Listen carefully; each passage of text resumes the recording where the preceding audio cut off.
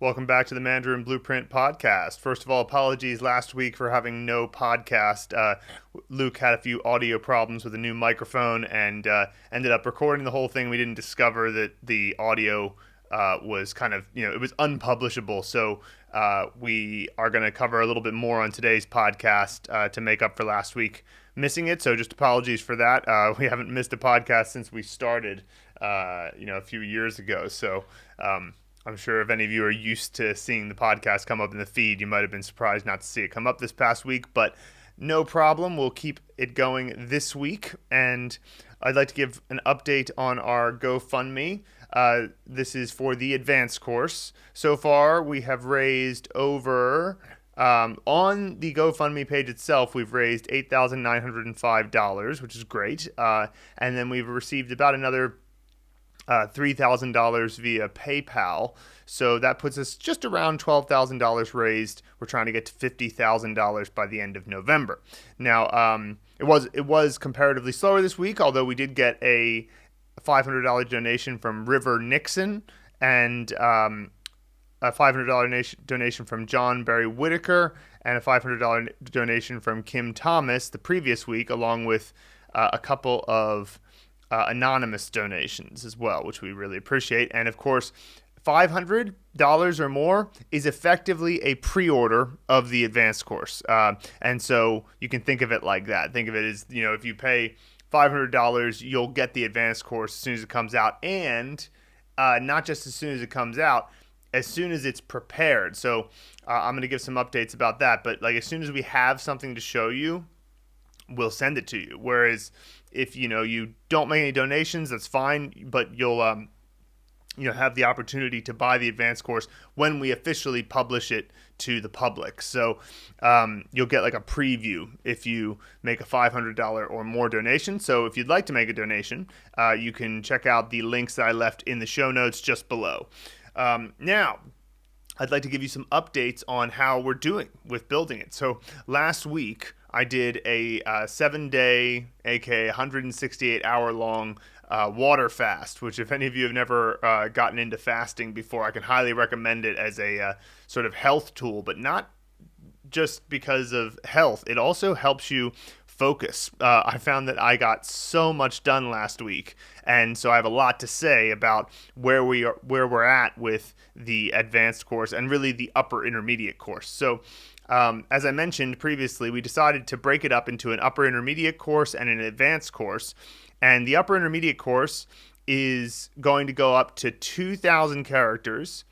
It's going to make sure that you cover everything that's in the new HSKs 4 through 6. So by the time that you finish the upper intermediate course, the accumulation of those 2,000 characters from the foundation course, intermediate course, and upper intermediate course, plus the words you learn from there, will all be enough to cover all the content in the HSKs 1 through 6 and then some. There's actually a fair bit of HSK 7, 8, and 9 material in the upper intermediate course, but that's just because of the way we build our course. As you know, we like to introduce similar props together. So if there's a brand new prop you've never seen before, we'll just go ahead and teach you all the remaining characters you're going to need with that prop. So some of that will include the occasional HSK 7, 8, and 9 character. But that's just good. You're just getting ahead of the game in that case.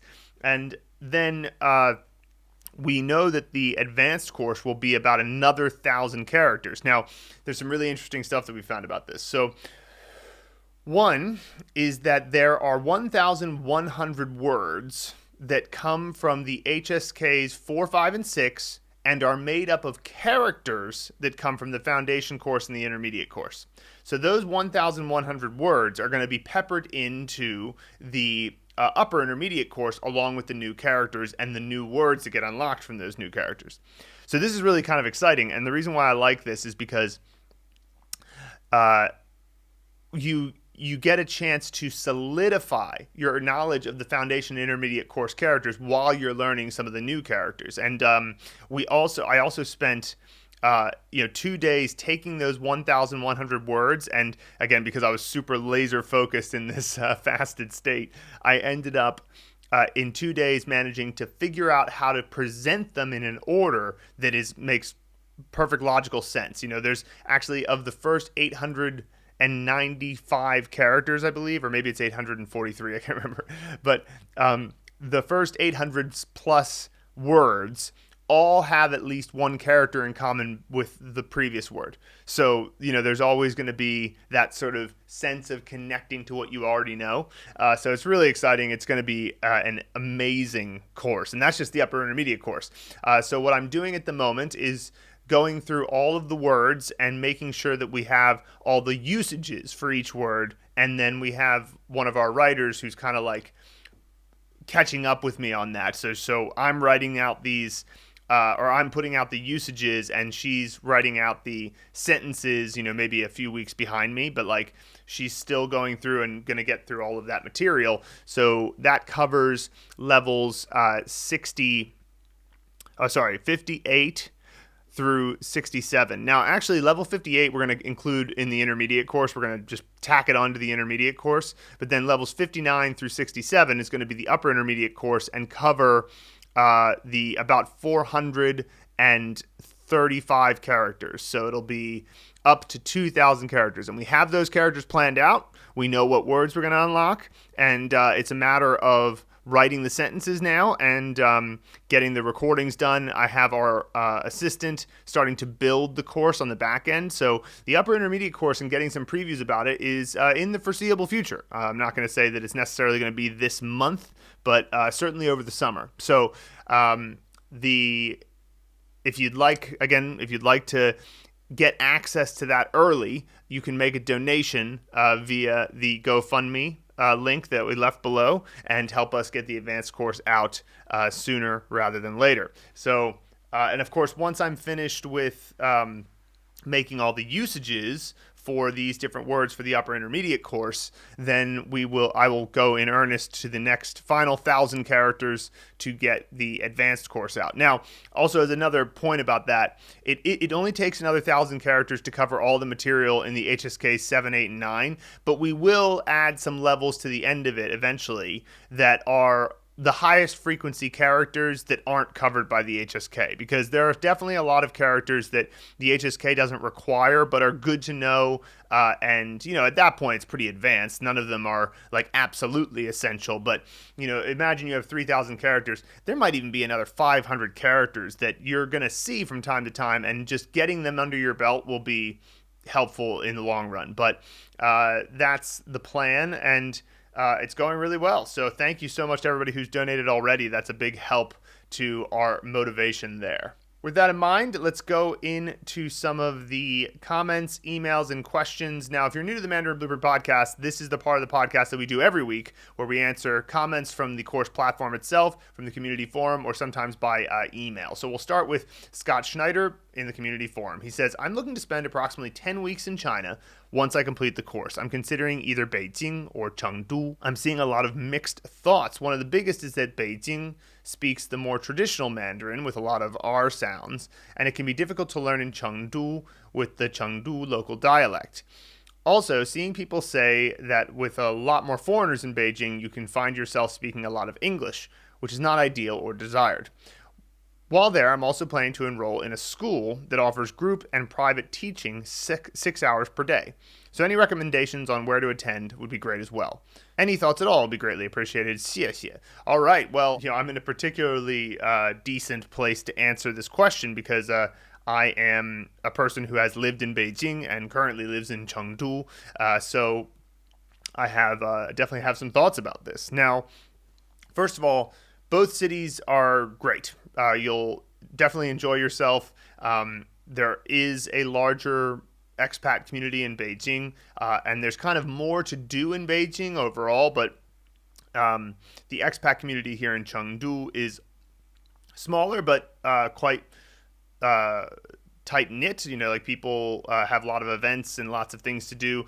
It's not, again, it's just an order of magnitude lower than Beijing because Beijing is such a huge city, and so there's such a big expat community in Beijing that like you could not possibly like get involved in all the things that are going on there. Whereas in Chengdu, there's a sense that like you could kind of know all the things that are generally happening with the expats around town. So and also, Beijing being an international city, there are more Chinese people who speak English. So you're right in the recognition that the temptation to speak English is higher there.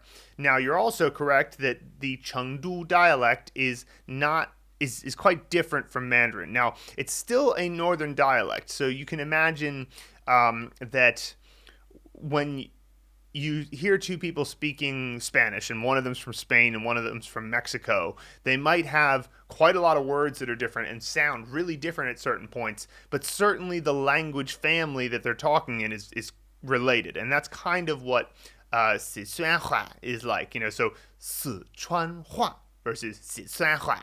Like, clearly those are two related ways of speaking the same word, but it's, the pronunciation is quite different. And so that can be an issue. However, I would remind you that everybody, pretty much, except for the older generation, can speak Mandarin. And so if you're talking about people who are in your same generation, they're going to be speaking Mandarin. At least they know how to. So if you speak to them in Mandarin, they can speak back to you in Mandarin. You can always ask them, could we please speak Mandarin? It's no problem. So that shouldn't be too much of an issue. And also remember, you can learn Mandarin from anywhere in the world. You don't have to be in China. So the fact that you are in China means that the people can speak Mandarin means that there are plenty of opportunities to have language exchanges. There's like English corners where people will speak Mandarin and English in a language exchange type of capacity. There's loads of tutors. There's free classes you can get. Like, I used to do this thing when I was at Sichuan University studying, where there were these classes where you would have a free 30-minute to hour-long class with a teacher as long as you gave them a little evaluation afterwards. So, like, they were training to become a teacher, and they would just give a class, you give a quick little evaluation, and you could have the class for free. And those are still around, I'm pretty sure. So that's something you could try. And you could do that in either Beijing or Chengdu, as far as I'm concerned. Now, what about some of the other sort of X factors? Like, I want to kind of just say that I wouldn't worry about the language side of it. You're in China. There's plenty of opportunities to find people who will speak Mandarin with you in both places. So I really wouldn't worry about it too much. I think that shouldn't be your primary concern. Now, Beijing is a massive city. It's just huge. It's like, New York pales in comparison in size to Beijing. Like, it's just such a massive place, and it doesn't do serene very well, which is to say that you have to go quite far outside the city before you can find a quiet place. And I mean, may not be that important to you for only 6 weeks, but it's just the hustle, or 10 weeks, sorry.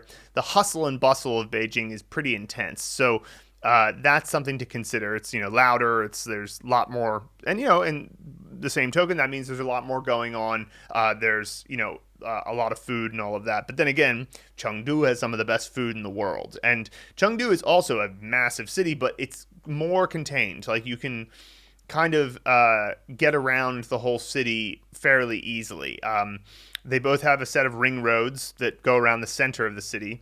Chengdu has been it has become the parks city of China. So the central government has decided that Chengdu is going to be the city with the most parkland area of any city in China, which is going to make it the city with the most parkland area of any city in the world. So they're doing a great job with this. It's great. They're building these big, long stretches of park where you're basically like riding your bike or running or walking through greenery while surrounded by a bunch of modern architecture in southern Chengdu. I live near this area, and it's just very livable. It's wonderful. It's like you're walking around and you're just like, wow, I'm in a place that's nice and beautiful to look at because of the greenery and the lakes nearby and the birds chirping. But then I look over and I see a bunch of brand new buildings, and then there's the Global Center, which is the largest building in the world, and the financial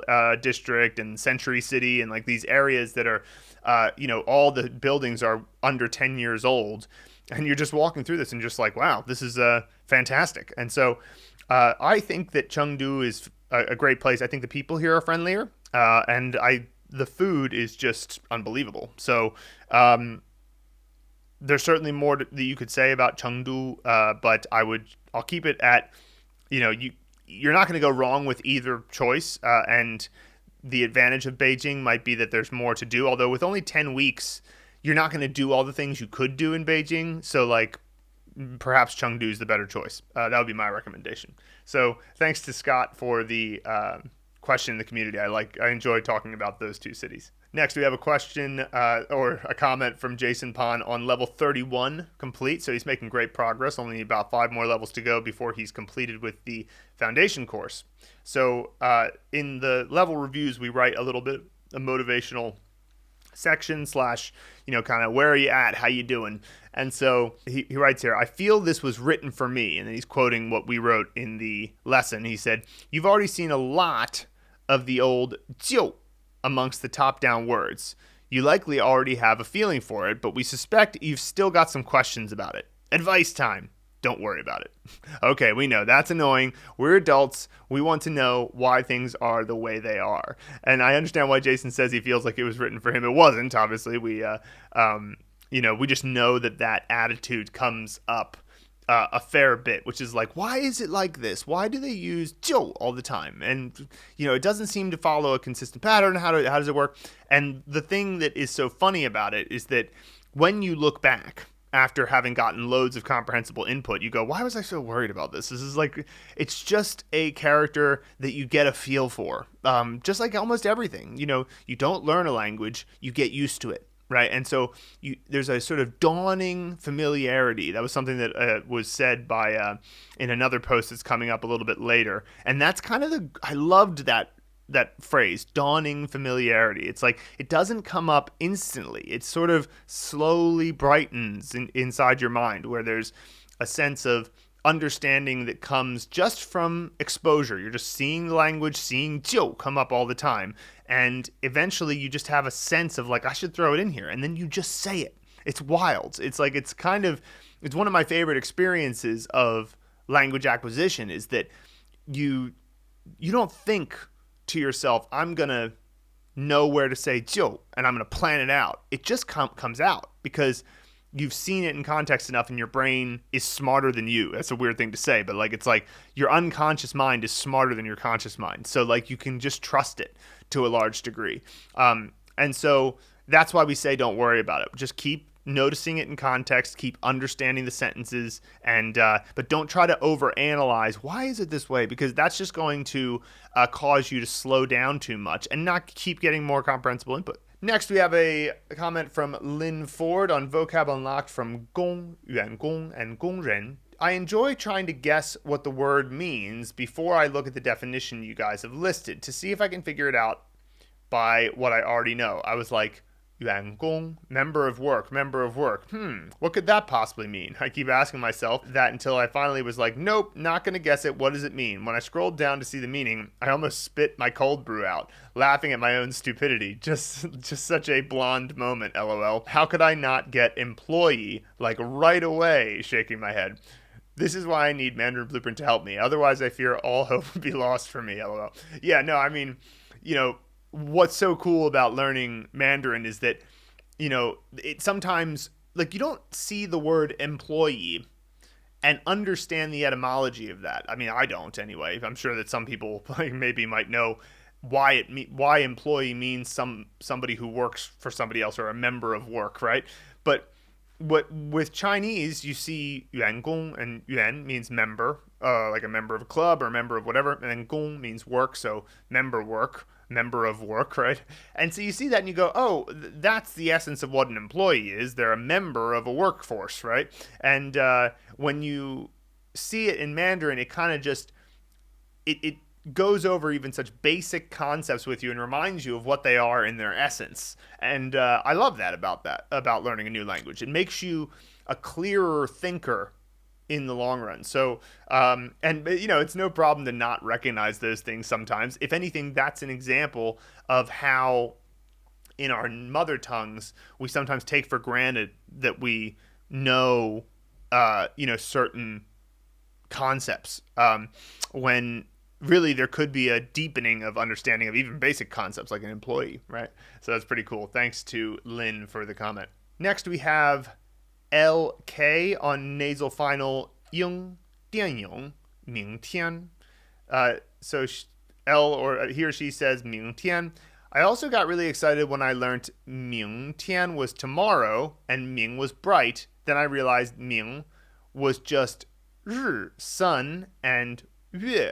So I think it's actually tomorrow because tomorrow is after a complete rotation of the sun and moon. Sad times. Well, I mean, not necessarily sad. That's kind of cool too in its own way. I'm not sure that that's necessarily the case because ming doesn't mean tomorrow by itself. It means bright or clear. So, that might be true. It's an interesting speculation, but I always thought of míngtiān on the level of the word, meaning bright day. So like it's an optimistic look at what tomorrow might be. But it could be the full rotation of the sun and the moon. But what the problem with that interpretation is that it's assuming that the word definition is applied to the individual character, but there's no reason to think that. So anyway, that's an interesting comment, though, from LK. Redd-Louise Bick on special effects and memory athletics. Can I ask if you have had any aphantasic, no visual memory students before, and do you have any tips to help someone with aphantasia get the most out of the course? Right. So certainly aphantasia is one of the bigger impediments to using our method because we do a lot of visualization in the mind's eye and aphantasics can't do this. However, that doesn't mean that the course couldn't be useful because think of it like, what's the alternative? The alternative is to rote memorize. Is there anything between visualization and rote memorization that could be used that is more effective than rote memorization? I think the answer to that is almost definitely yes, but it's going to require a bit more legwork because this is speculation, and so perhaps if Redd-Louise is an aphantasic and wants to comment on this, you know that people who are blind, for example, tend to have an increased awareness of their sense of smell or hearing, or people who are deaf have an increased sense of sight or hearing or whatever. Like their other senses get amplified because they're missing one of them, right? And so I don't think that an aphantasic can't have other sense memory. So like smell memory or, some tactile memory, audio memory, right?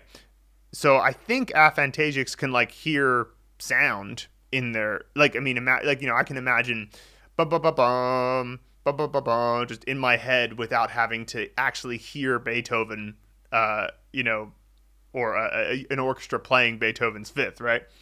So it seems to me that an aphantasic could apply the audio sense memory, the tactile sense memory, the smell sense memory, the taste sense memory, and use those to attach to the different elements of a character. Now, Mandarin Blueprint, obviously, we built it based on the idea of you have the sense of visual memory, and so we built the course around that, but theoretically you could replace the different elements of learning a character with tactile, smell, taste, or audio memory. And so that to me is still better than rote learning. So my advice would be to see if there are ways to, instead of, imagining Chuck Norris in your mind's eye as the representation of the Ren side component, maybe you have Chuck Norris saying something as a phrase. I'm not. It's hard. The thing is, though, I definitely will say it is hard for me to imagine. Like as soon as I say Chuck Norris, I imagine him, right? And so it's like the idea that you can't do that. It's one of those things where it's hard for me to imagine what that experience might be like. So I say take everything I'm saying with a grain of salt because it might not be possible. I'm not sure because I can't really directly experience it. But I will say that to me is the best tip I could have for that. There's also a discussion on the community forum that people had about this that was pretty enlightening. So that's my answer for Red there. Lynn Ford on 后 in context. Is 一名 used in 他决定长大后当一名司机? when referring to what you do and not just a name of your name. Like if it was any other occupation, like a police officer, would it be 他决定长大后当一名警察? So 一名 will always be before a title or occupation. It's often used in occupations. So there's three primary measure words for people. 个 is the most common. Then 名 is another one. And 位 is another one. So 位 is like a respectful term. So like you could just say 位 if you're like a lot of times restaurants will say 几位呢? Like when you walk in to mean how many people, and it's just a restaurant being respectful to the people going to the restaurant, so they're referring to the people as 位. Now 个 is the standard measure word, it's the universal measure word, and then 名 usually refers to a person in some kind of a group of some sort. So like, because it could be like 一名学生would be a student. Now, a student's it's not their occupation, so you can't say it's occupation, but it could be a title, I suppose. So it's mostly that they're amongst other people who are in a certain group, like police or drivers, right? And then they're known as ming, like as if you had a list of their names, right? That's how I kind of imagine it. Like, here's a bunch of students, and there's a list of the students' names in the class, and so that's why you use ming as opposed to 个. And so that's the kind of way you can think of it, but just those three measure words. 个 is just for people in general. Ming is if you're one of many in a group. It could be a work group, could be a student group, could be a group of a club or something. And then 位 is just extra respectful, but could be applied to anyone, but it's extra respectful. Jeremy Marie on 等 in context. 你等我一下. Would it be more respectful or soft to instead say it like this? 你等我一下吧. Examples. 你先等我一下吧. 可不可以先等我一下吗? That's an incorrect sentence. 可以麻烦你先等我一下吗? Yeah, so the second sentence there, 可不可以先等我一下, is where you need to end it. Do not add 吗 if you say 可不可以, because then you've said yes or no, like can you or cannot you wait for me for a moment, right? And so you don't add 吗 if you do that verb structure. So that second sentence is out. Now, 你等我一下吧. 你等我一下. 你等我一下. That's the original one. By saying 一下 is just saying for a moment. It's kind of soft already. But by saying 你等我一下吧 is fine. That's adding the suggestion at the end. The most polite of these would definitely be 麻烦你先等我一下. Now, you could add that as a question, as has been done here by Jeremy. 可以麻烦你先等我一下吗?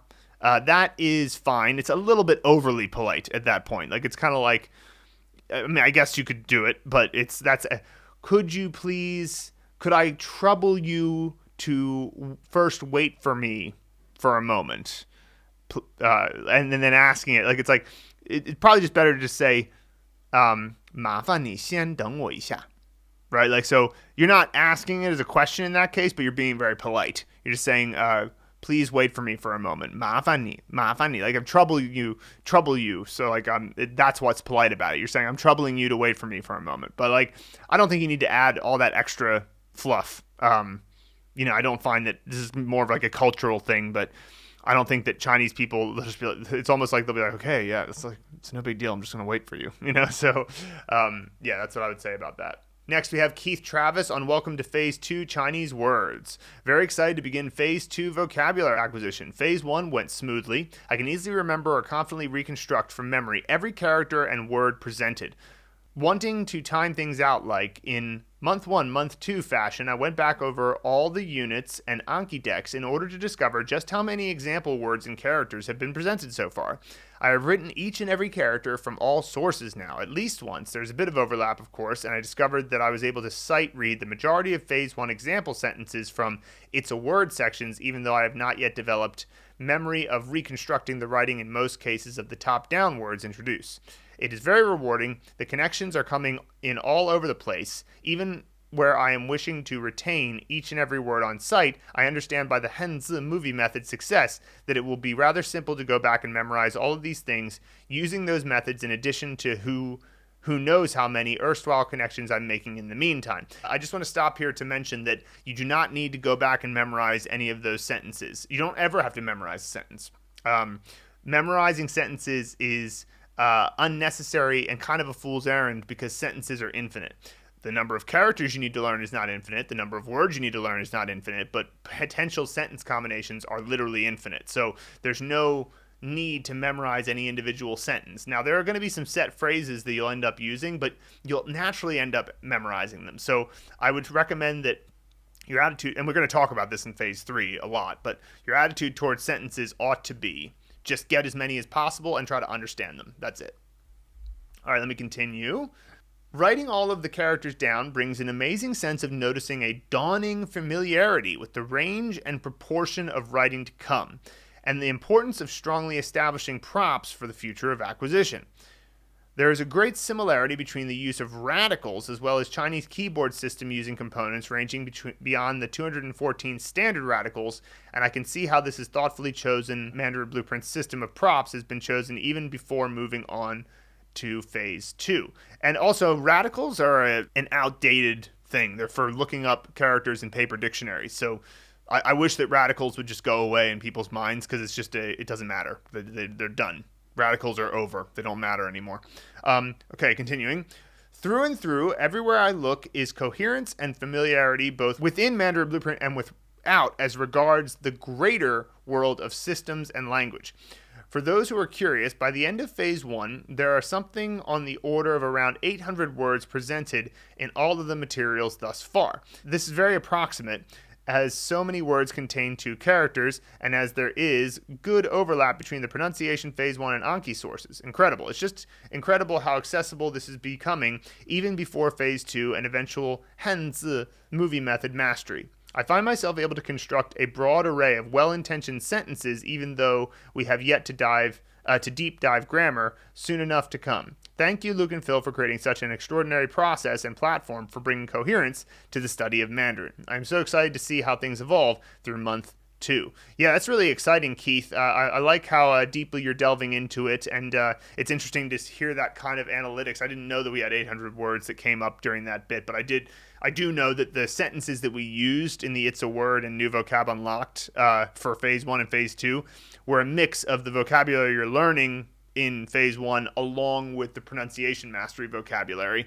And so that alone is enough to kind of give you a sense of things. And what I'm actually most excited to hear from what you said there was that you actually could kind of understand a lot of those sentences despite the fact that, we haven't even gotten into grammar at all. So that's pretty cool. I'm glad to hear that. And, it's one of those things where that's the whole idea behind learning a language bit by bit is try to keep it related to stuff you've already seen and solidify. So you're constantly bringing in new information and solidifying and bringing in new information and solidifying. And that's what happens throughout the entire Mandarin Blueprint method. That will never stop as long as until you get to the end of the advanced course. You're constantly going to be, not only learning new stuff, but solidifying that which you already have learned. So, and then you just move in from there into native Chinese material. So it's all very exciting. So thank you to Keith for that great comment. Next, we have Ryan Syed on tiān in context. This is the first time I'm learning the grammar of a language by acquisition with supplemental lessons in between as opposed to the traditional lesson first, then practice way. To be honest, I don't mind either way. However, it's really cool to see how this natural acquisition method works. In this case, I was reading 去年1月和今年2月. Then I saw the translation and asked myself, wait, then how would I say 1 month or 2 months? And then I realized, oh yeah, it would be 1个月 or 2个月. Sorry, it would be 2个月. That's a weird thing about Mandarin. You couldn't have known that at this stage, but you never say 2个. Weird, right? But you always say 2个. And it's an exception. There's no other situation where it's true. You say 3个, you say 4个, you say 5个. But when you are dealing with a pair, you do not say 2个. You never say 2个. You say 2个.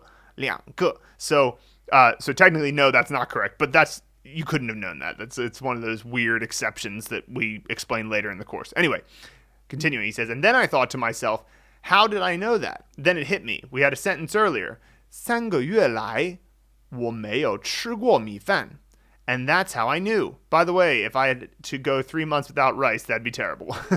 Anyway, so cool to see how feeding your language module works. So once again, we have somebody who is, effectively seeing how their progress is going, which is important. It's not actually necessary. Like, you don't have to know that you're progressing to progress, but if you feel that way, then that is hugely motivational to showing up the next day. And as we know, showing up the next day is huge. It's something that's a major part of what makes success in the long run with a project like this. You have to just be at the table with the Anki cards up, or with the course platform open. That's the only way to move forward without even if you don't feel like it. Just the fact that you're there, you're showing up. So great comment from Ryan there. Ryan Sayed again on level 14 complete. He says, also, it felt so good to be able to understand the 汉字 of 等一下，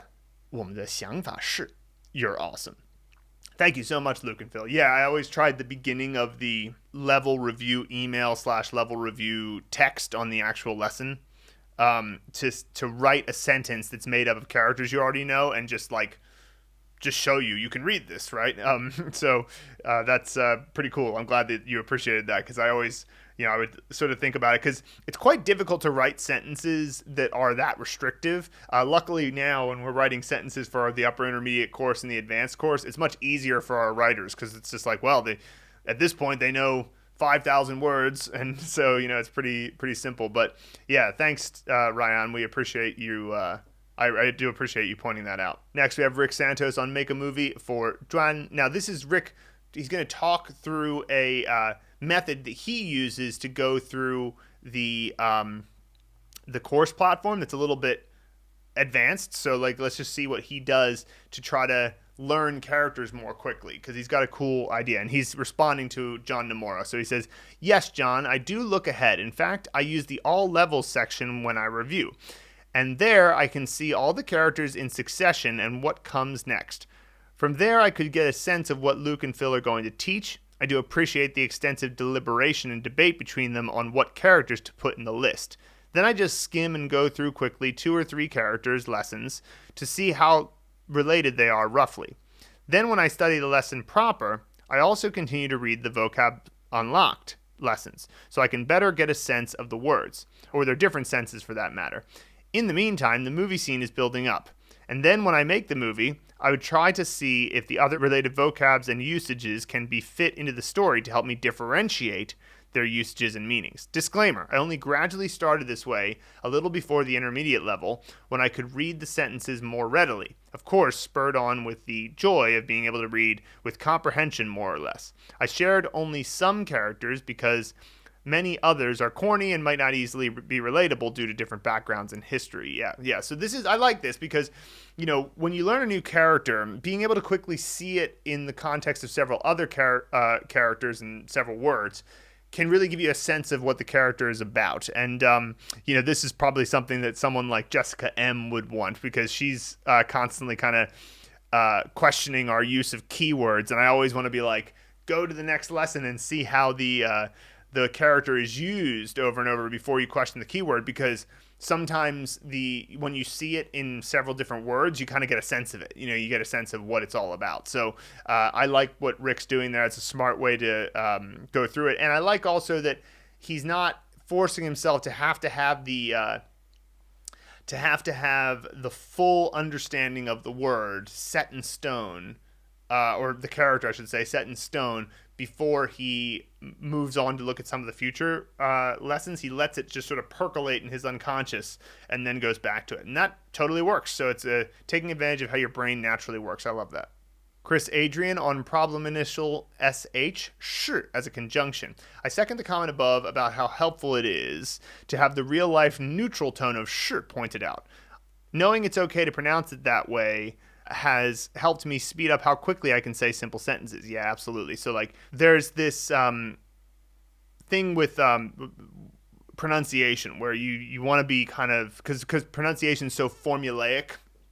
You can say it's the pinyin initial plus the pinyin final plus the tone, right? And you see 是 is fourth, and you go 是不是是不是, and you're like, well, that must be how I should say it. 你是不是我的朋友, right? Like, it's like you kind of can have that, but it's really 你是不是我的朋友是不是, right? It's kind of quick, mostly just fifth tone, right? 是不是? And just the fact that you can know that will allow you to speak much more quickly, and it's quite nice figuring out that stuff. So thanks to Chris for pointing that out. Rick Engelin on Make a Movie for Yo, which is oil. He says, can this refer to edible oil and motor oil? Yep, it's just oil. So any kind of oil. And they are pretty much straight up. It's just 食油, 食 meaning food. So 食油 is, some kind of food-based oil. And then 汽油 or there's 石油. So 石油 is like the more crude oil, and then 汽油 is gasoline, right? So you'll get a sense of that as you move forward. But 油 by itself just means oil in general. All oils are in the category of 油.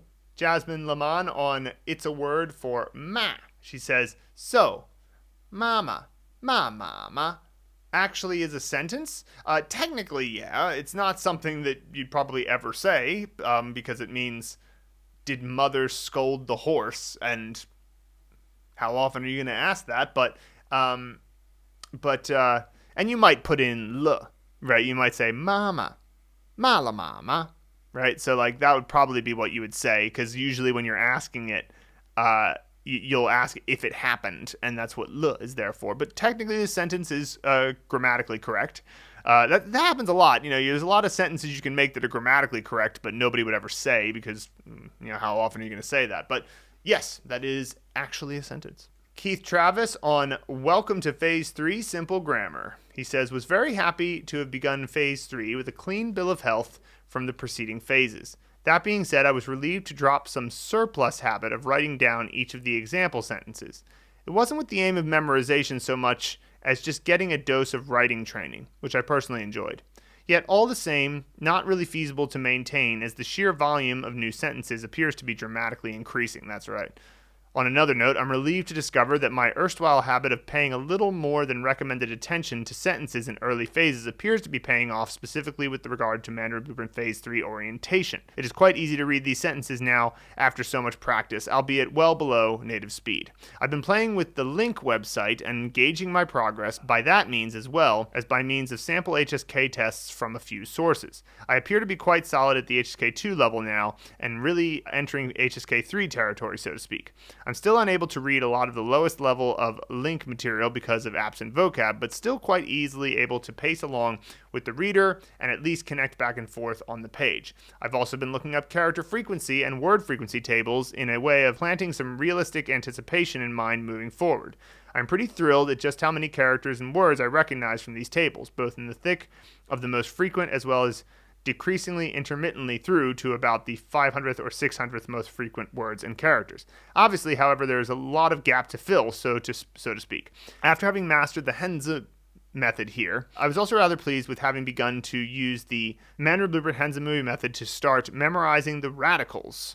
Although I'd memorized the meanings quite some months ago, I was not able to get the pinyin nor the written reconstructions correct, not by far. Using the Mandarin Blueprint Henze movie method, I was able to simply look at one radical at a time in a set of Anki cards I'd scoured for a purpose and spend about 30 seconds to 1 minute drumming up a scene for each radical, and then got almost immediate reinforcement and, to my delight, correctness as the cards came round again.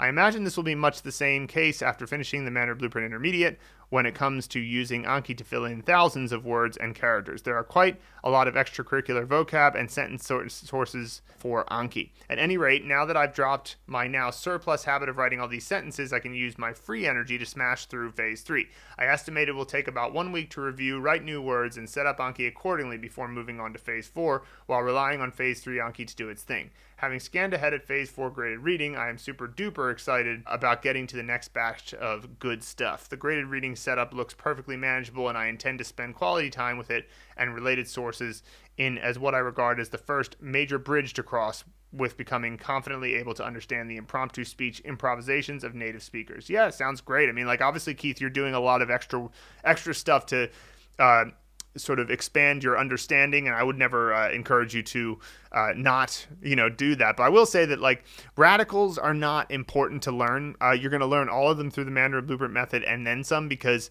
radicals, again, why are radicals? Why do they exist? They exist to look up characters in paper dictionaries, and they're often somewhat randomly chosen. It's like you look at a certain radical and you're like, why this, as opposed to this minus a stroke? It's sort of, sometimes they're a bit random. It's an outdated form of looking up stuff. So I don't think that the radicals have any special any special significance. So I would just say that as you continue forward with the Mandarin Blueprint method, you can just look at the props in our decks. You can go ahead to phase 4 and phase 5 and download the Anki decks and look at the props if you want to get ahead on that stuff. But I totally encourage you to look ahead, see what you have coming next, and feel good about that. So that's great. Jeff Johnson on level 15 complete. So happy to be done with another level. I'm still considering the possibility of copying the Vocab in context deck in Anki, modifying it so I get a deck that plays audio only and using it for listening practice. I often feel like my listening comprehension is low, so maybe that is what I need to do to perk it up some.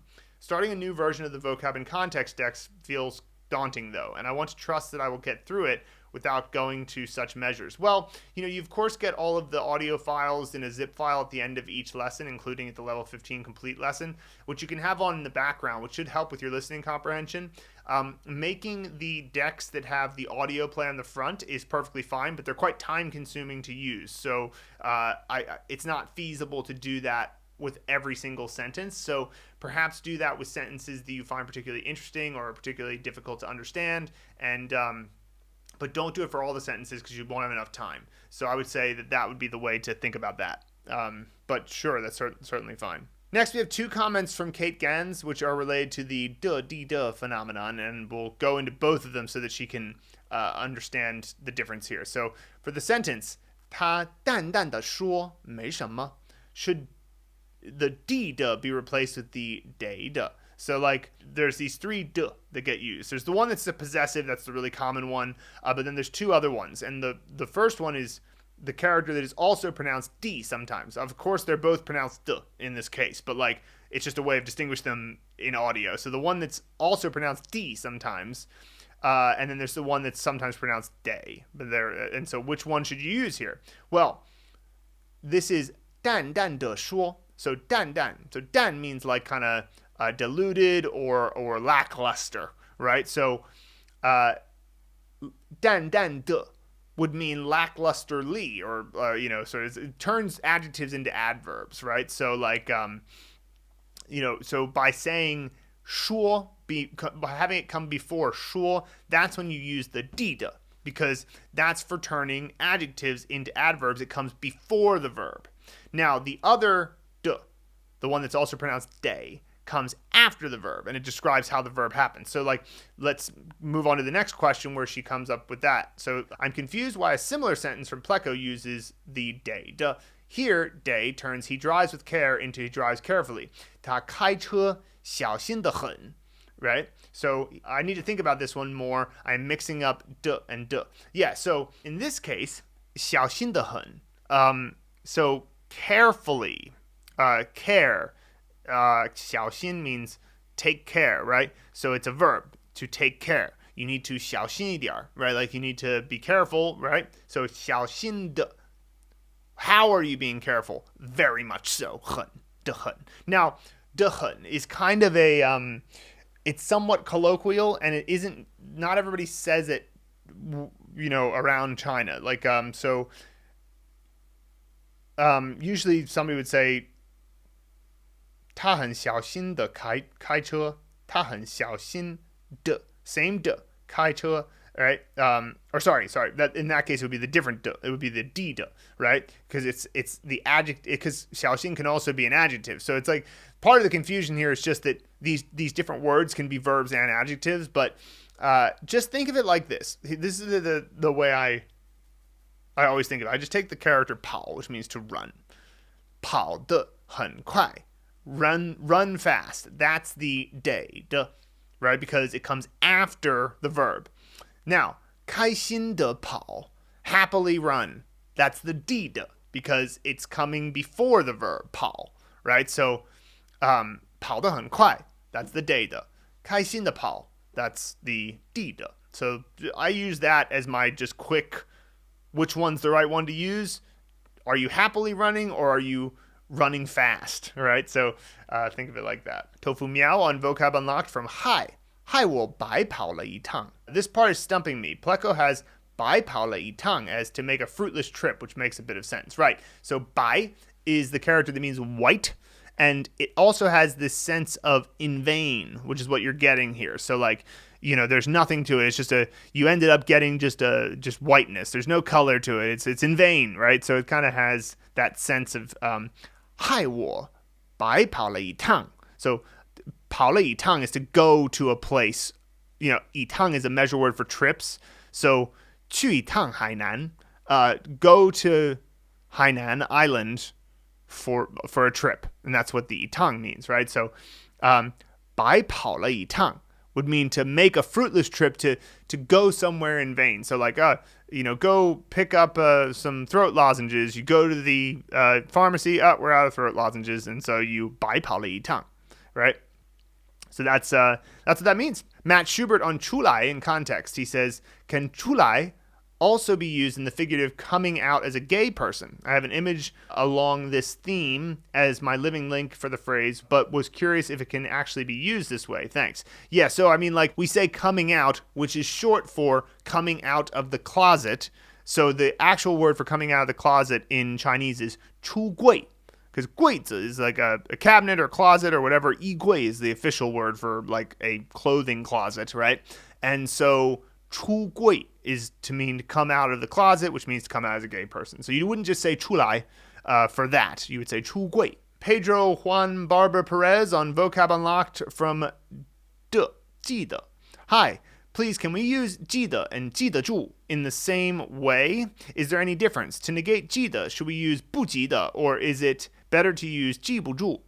So 不记得 is negating 记得. Like, I don't remember. 我不记得. That's what that means, right? But 记不住 means I can't memorize it. I'm unable to memorize it. So that's the infix of the verb plus 不 plus result. So 记住 means to remember and have it live in your brain. Stick it in there. 记住. 住 means to live. So you 记住 means to memorize. Like, I've got it and now it lives in my brain. So that's the result. 记得住 means it's possible. So 你们记得住汉字，通过汉语电影方法，你们能记得住汉字. So through the Hanzi movie method, you are able to memorize Chinese characters, right? And so that's what that would mean. Now, if I said, I don't know, something that's, you feel like, I don't know, maybe some math problems or something. If you're not good at math, you might say, well, 记不住. I'm unable to memorize this stuff because I'm no good at it or whatever. But 不记得 is just like, I don't remember. I do not remember. 记得 means remember. 不 is a negation, so 不记得 means not remember. So 我不记得, I don't remember, right? Simple as that. Now, 记得 and 记得住 are not exactly the same, because 记得 just means remember, whereas 记得住 means able to remember. So again, that's the distinction we're looking at here. So for Pedro, I'd recommend that you look at our word structure lesson on affixes, which you can find in the sidebar of the course when you're on your desktop computer. So like from phase 2. Rick Engelin on 它们 in context. For 这群小猫，它们非常的可爱.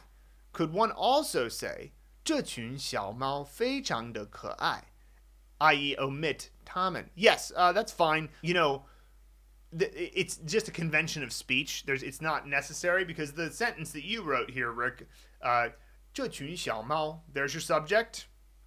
非常的可爱, there's your predicate. Simple enough, right? Now, if you want to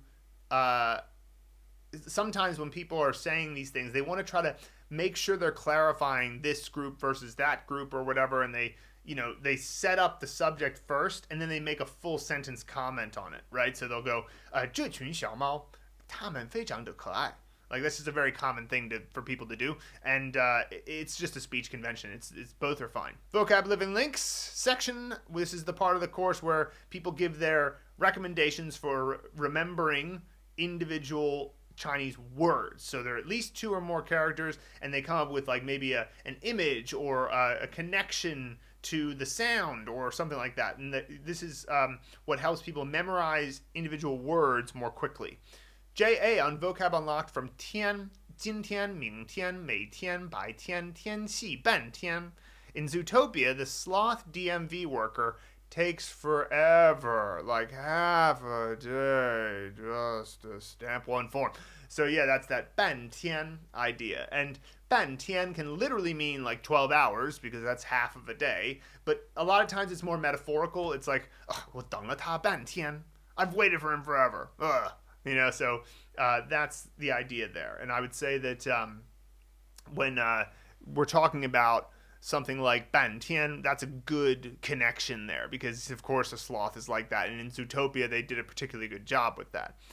So excellent suggestion there for 半天 from J.A. Christopher Weeks on Vocab Unlocked from 亲, 母亲, and 父亲. Monica and Ross's parents from Friends. The father, meme from IT Crowd, and mother from Archer. Okay, all right. So, so like these are just some suggestions of connections you could make. Monica and Ross's parents from Friends, the father meme from IT Crowd, and the mother from Archer. Yeah, like I think in this case, they're just sort of ideas that might be able to more quickly have you make an association. And 母亲 and 父亲, they are the more kind of formal way to say mother and father. We know Baba, Mama are kind of like mom and dad, right? Dad and mom. But saying 母亲 or 父亲, that's like mother, father, a little bit more formal. Christopher Weeks on Vocab Unlocked from 所以 or 所有. Argos or Walmart, everything under one roof. 所有. Right, yeah. And so 所以. What I always found with 所以, which is the other word here, is that it kind of sounds a little bit like so. I mean, like obviously, so, 所以, right? Like it's at least got that S and there, the O sound is in there, and obviously there's some extraneous E there at the end, which you don't have in the English. But I find that's sort of a simple thing there. Sometimes it's the simplest of connections you can make. It sort of sounds like the English word, right? And I like that connection to Argos or Walmart. I've never been to an Argos, but Walmart certainly fits that structure. Darcy Malone on Vocab Unlocked from 觉得. Rodin's sculpture, The Thinker, which is in Philadelphia. I've passed by it many times. And of course, 觉得 means to think or feel. So having that guy thinking, feeling. It's a good connection there. I like that. Carrie Woods on Vocab Unlocked from 记住. I used the still of Mufasa saying to Simba, remember who you are. It helps with remember, but also the song He Lives in You plays in my head when I think of that, which helps with the second character. So the still of Mufasa saying to Simba, remember who you are. Yeah, that's a great moment from Lion King. So I think that having that in your mind will help you remember. It's getting super meta over here. All right. J.A. on Vocab Unlocked from 最好. Images, for best, Olympic medal podium, for had better, Santa Claus is coming to town, so you had better not pout. I like that, yeah, because 最好, of course, could just mean it is the most good or best thing, but it can also be like your best course of action. You had better, and so having that connection to Santa Claus coming to town, I like that. That's smart. Jason Pan on Vocab Unlocked from 各种 and 各种各样. I had a hard time coming up with ideas for this, eventually landed on 各种, every type of Pokemon. Yeah, you gotta catch them all, right? Yeah, a picture of all the Pokemon types, grass, water, fire, etc. Nice. And then 各种各样, all kinds of vegetables and fruits. It's such a pretty picture to see an array of fruits and veg laid out to form the colors of the rainbow. Yeah, I like that. That's a really good one because, of course, it's connected to food. We eat food all the time. Having all the different types of food is an excellent way of doing things. Very good, very good. Good living link suggestions this week. Please keep giving those each week. Any suggestion you have in the vocab living link sections, we love those. First movie scene share comes from Hank Elliott on Make a Movie for Moi. And he says, Ip Man, M actor, is in the kitchen tone of my grandparents' house, set old. He has some hemp prop in his hand prop, and he is rubbing, meaning it on my grandparents' joints as a part of Chinese medicine healing. I know that massage is called anmo, press plus rub. That's right. So yeah, basically I love this. So he's got the hemp in the hand, he's rubbing, and he's doing an anmo for his grandparents who fit with the set for O there. So this is an excellent scene. Simple too, right? And so just gets right to the point. Excellent. Christine on Make a Movie for tiān. My friend, C actor, now works as a waiter. The restaurant location is outside my grandmother's house, which is the AN location. The guest is Dr. John Watson, the yo prop. The C actor waves the magic wand, the bu prop, and a giant owl, the xi prop, comes swooping down, carrying a dinner napkin, the shi prop, with a bowl of food, keyword meal, tied up inside it. Much like storks deliver babies, and drops it gently in front of John Watson so he can enjoy his meal. I love it. Yeah, there's everything that's very clear about this. You can feel the kitchen napkin there. The magic wand serves a purpose. Everything is quite clear that the giant owl dropping it off like a stork, but it's, working in that restaurant type way. I love it. That's awesome. And this is great to have a scene like this because tiān, of course, is one of those characters that has 4 props, which we try to avoid, but sometimes it's unavoidable to have at least 4 props. So great scene share from Christine there. Will Rayleigh on Make a Movie for ha. So the character ha just means ha ha. Harry at A's front door. The Rolling Stones mouth prop rudely points and laughs ha ha at Harry. Harry gets out his Hellraiser puzzle box, and its black magic sucks the mouth into it. Harry laughs ha ha. The last laugh is mine. And of course, last laugh. I like that. So yeah, that connection to that idea as well at the end. Great scene from Will. Claire Murphy on Make a Movie for Zai, which means again. Zubadee, character from the Magic Roundabout, not at all trippy 1970s UK kids TV show, is in my brother's guest bathroom. Props, cigarette, fake comedy mustache, and pot of soil. Nice. Nervously preparing to shoot a scene from the Magic Roundabout, he lights a cigarette and puts on fake mustache, which droops, looks in the mirror, and frowns at himself smoking. Sighing, he once again vows to stop smoking and stubs it out in a pot of soil. Yeah, no, I like that because the idea of quitting smoking is sometimes something that people go through again and again, and it can be really tough. And so, like, having that moment there is a good connection to again, because, of course, again is a very abstract concept. So, yeah, I like that. Nick Sims on Make a Movie for Joy, this is the component that refers to turkey. Like, it's kind of like turkeys and poultry in general. And as a character itself, it's not that common, but it's very common as a component. So it says the Joker is outside Grandma Davis's, which is the set there, and the Joker is the actor, watching his personal friend, Mr. T, left side component, and Ip Man, the inside component, spar in hand-to-hand combat. Ip Man easily wins, and upset by it all, Joker throws an exploding ninja star, which is the final horizontal line stroke, at Ip Man's gut. A short-haired bird owl comes to eat the scraps. I love you actually put a little owl icon there. It made me laugh. That's great. So perfect. I love that scene. Nick Sims on Make a Movie for Juan, which means accurate or precise. The Joker is in the bathroom at Karen's setting up the perfect trick with a freeze gun. So the freeze gun will be the left side component, Karen's the set, and the Joker being in the bathroom. He's having the bathroom be third tone here because this is Juan, like third tone here. But regardless, it doesn't really matter. He points the gun at the ceiling, creating a massive set of icicles. With the water dripping, it attracts an owl, right side component, who licks the water sitting just under the icicle. Joker looks on with glee as the icicle breaks and kills the owl with a precise hit, splattering blood all over the room. Okay, it can be PG level claymation in your mind's eye if you want, but you can also make it as gory as you want. Precision. Yeah, that's sort of like precise icicle hit. I like it. So that covers all of our scenes for this week and all of the questions. Thank you so much for listening to the Mandarin Blueprint podcast. And if you'd like to donate to our GoFundMe, you can do so at the links provided in the show notes, and we will get the advanced course out sooner, and you can pre-order it by any donation of $500 or more. So thanks again, and we'll see you next week.